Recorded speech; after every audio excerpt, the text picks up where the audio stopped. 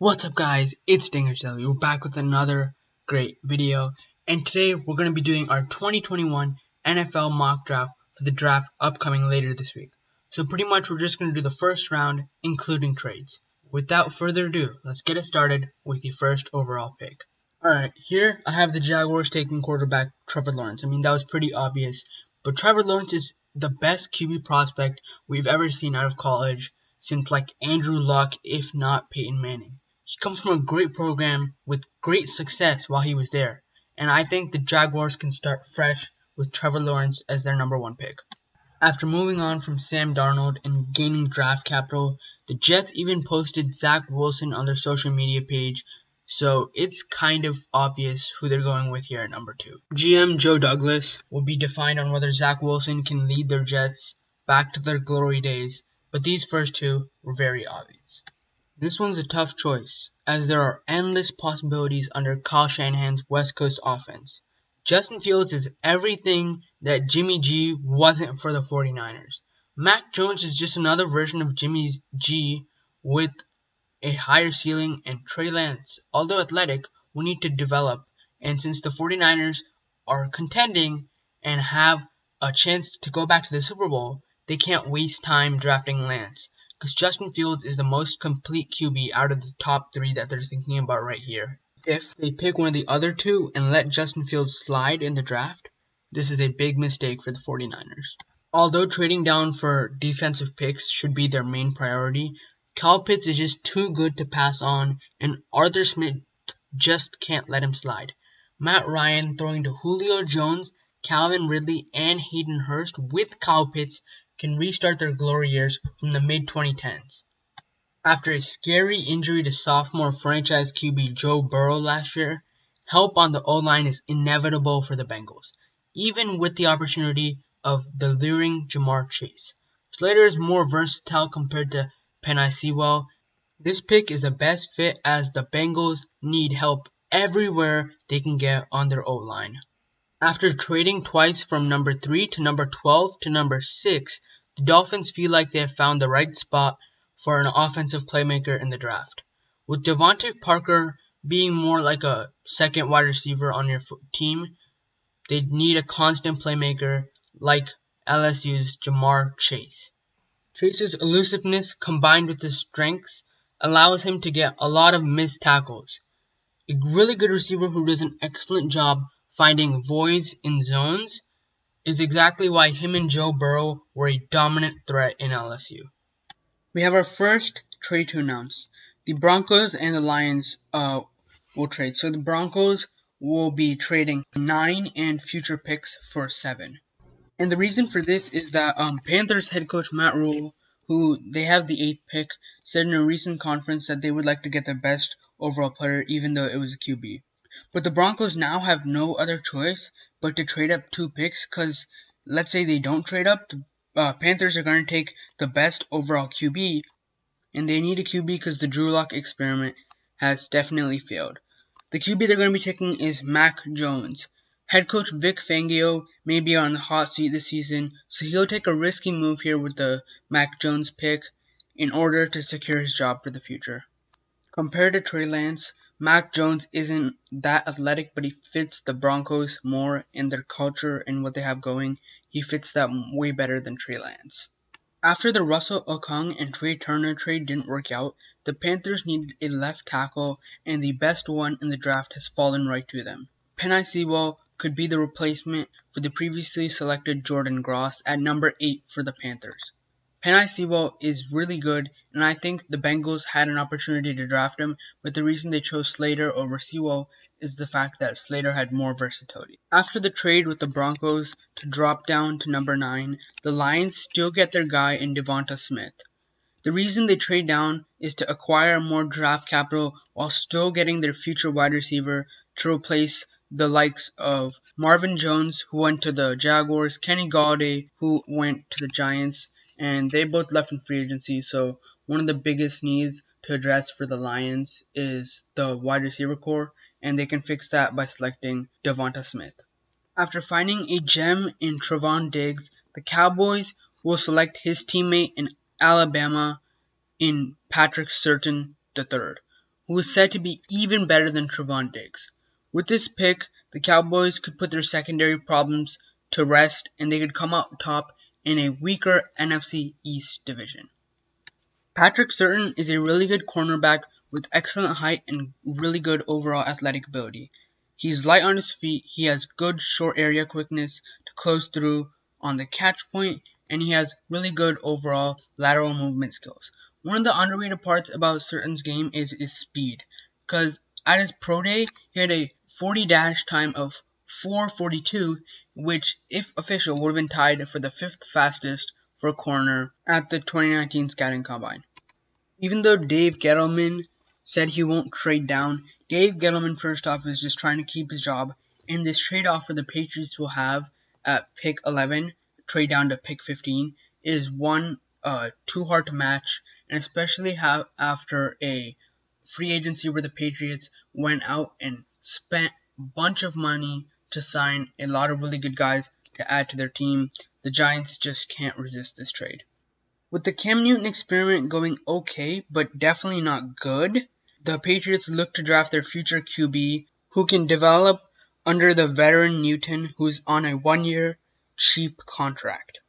With the 12th pick, the Eagles will draft the last of the top 3 in a heavy wide receiver class to hope to find the next Deshaun Jackson type of wide receiver. After drafting Travis Fulgham and Arcega-Whiteside, who are competent wide receiver 2s and 3s, they can finally give Hurts a lethal option who's known for his ability to create separation. Christian Darrisaw's draft stock has been rising recently, and the Chargers take him here over Elijah Vera Tucker. He represents Russell Okung a lot, who is a steady starter with the Chargers early in his career. With him, the Chargers can create an established O-line to protect their franchise QB Justin Herbert. With the 14th pick, the Vikings select Greg Rousseau, whose potential upside is just too much to slide. He can pair up with Danielle Hunter so they can restart and make their 32nd ranked pass rush better in the near future. By trading down, the Giants acquire some more draft capital to address other needs later in the draft. Linebacker isn't their top priority, but they can't pass on Micah Parsons, a 6'3" linebacker who is extremely similar to Chase Young. Head coach Joe Judge was able to turn safety Jabril Peppers into a super weapon, and the same can be said of Micah Parsons. Dave Gettleman is known to like players like Parsons, so the fit is obvious. After losing their dominant corner of many years in Patrick Peterson in free agency, the Cardinals need somebody to take up the cornerback 1 spot.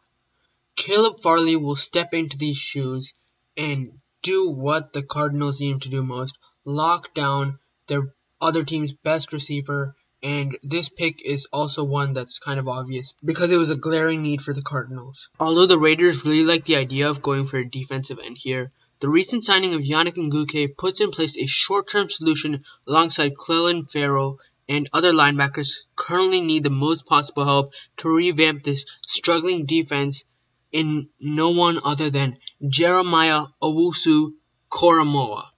I really like the talent he has, and I feel he can be a dominant linebacker in Las Vegas. With the 18th pick in the draft, the Miami Dolphins will select Kwity Paye. Paye's build and playstyle reminds me of former Steelers outside linebacker James Harrison. Paye has very strong arms and is extremely aggressive. The Dolphins haven't had a great defensive end since Jason Taylor. A team that has been very smart with their trades as of late can make another great move with this pickup here of Kwity Paye. With the 19th pick, the football team will select J.C. Horn. Ron Rivera is a defensive mastermind and developed dirty players who are known for their penalties, Josh Norman, and hopes to place an aging Landon Collins in J.C. Horn. Outside of Cody Whitehair, the Chicago Bears need protection for Andy Dalton. As we saw on the Cowboys last year, the O-line significantly regressed, and so did Dalton's play. With a strong O-line based on their tackle and centers along with capable guards, they could save Nagy and Pace's jobs here by selecting Elijah Vera Tucker, who can protect. With the 21st pick, the Colts are going to be selecting TCU safety Trevon Moehrig. Moehrig has an exciting playstyle with high upside athleticism. He's a top athlete that's a ball hawk and can help the Colts' struggling secondary. This past season, Moehrig won the Jim Thorpe Award, given to the best defensive back of the year. I mean, he's like a defensive back and a safety. He's like one of those really good positionless defensive players. Last year, the Titans wasted a first-round pick on Isaiah Wilson, who, believe it or not, has more Spotify monthly followers than snaps. And if you're wondering, no, he's not good at that either. So it's crucial the Titans don't mess up again. Titans GM compared Tevin Jenkins to Jack Conklin. So it's safe to say the Titans will take Tevin Jenkins here, especially if he's falling down low. Keeping Tannehill safe and allowing Derrick Henry to gain more yards is a safe way to reach the AFC Championship again if everything goes right, and that all starts off by drafting Tevin Jenkins. With their second pick in the first round, the Jets will be selecting Jaelan Phillips. Carl Lawson and Jaelan Phillips will go very well together and should help this D-line reestablish pressure. His drop is everything the Jets wanted and can bring Robert Saleh more weapons to work with on their defense. The 24th pick, the Steelers will draft Greg Newsome II. In Newsome, the Steelers get an athletic corner who excels in zone coverage. He has very good bursts of energy and a great change of direction to keep up with the fastest receivers. With cornerback as one of their top needs, the Steelers look to get the star of their secondary. The legendary Saxonville might come back to life under Urban Meyer, and after revamping the secondary, the Jaguars need to upgrade on their front seven. Defensive end and tackle are coveted most, and the situation couldn't get better when Christian Barmore falls right into their hands at number 25. After signing run disputer in Jadeveon Clowney, the Browns' front seven needs a pass blocker that isn't a part of their secondary, and that is Azeez Ojulari, who still struggles in pass rushing against bulky O-linemen, but can develop as a very good defensive player for the Browns. With the 27th pick in the draft, the Ravens select Zaven Collins. Zaven Collins and Patrick Queen can create a bunch of ruckus and can help the front seven after the loss of Matt Judon to the Patriots. With a stacked secondary and a growing front seven, the Ravens defense can contain teams along with their rushing attack on offense. Can Lamar Jackson win his first Super Bowl? The NFC South is the best division for double threats of wide receivers. Because on the Panthers, you got DJ Moore and Robbie Anderson. On the Falcons, you got Julio Jones and Calvin Ridley. And on the Buccaneers, you got Mike Evans and Chris Godwin. So the Saints need to find a way for the secondary to match this. Enter Asante Samuel Jr., who will play opposite to Lattimore. He is undeveloped, but as Lattimore's second hand, he can create wonders for the Saints secondary. Other than star wide receiver Davante Adams, Aaron Rodgers doesn't really have a good and consistent wide receiver too. Rashad Bateman is a complete wide receiver that constantly creates separation, so Rodgers can have a more competent option other than Alan Lazard at the wide receiver too. With the 30th pick in the draft, the Bills will select running back Najee Harris from Alabama. I mean, come on. The fit here is inevitable, as the Bills want to create another dynasty like Jim Kelly, Thurman Thomas, and Andre Reed in Josh Allen, Najee Harris, and Stephon Diggs.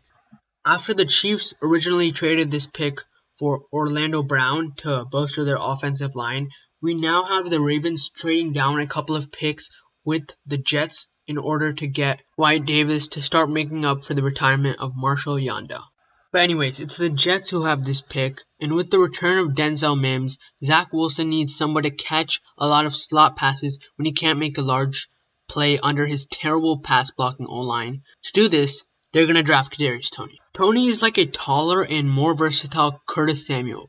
And with the last pick of the first round, the Tampa Bay Buccaneers, current Super Bowl champions, select Sam Cosmi. The Buccaneers are the type of team who doesn't even have many needs outside of a number 2 corner. However, they'll pass on that number 2 corner for a better prospect as they can focus on the cornerback later in the draft.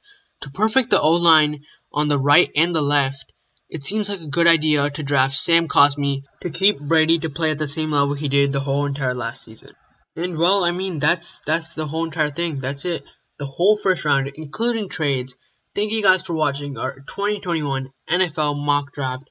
Please subscribe and hit that like button if you like this, and comment down below any other NFL suggestions as the NFL season is around the corner. And But again, thank you for watching the video. Go show some love on our social medias. And yeah, that's it. It's been Danish Daily. Bye, and we'll see you soon.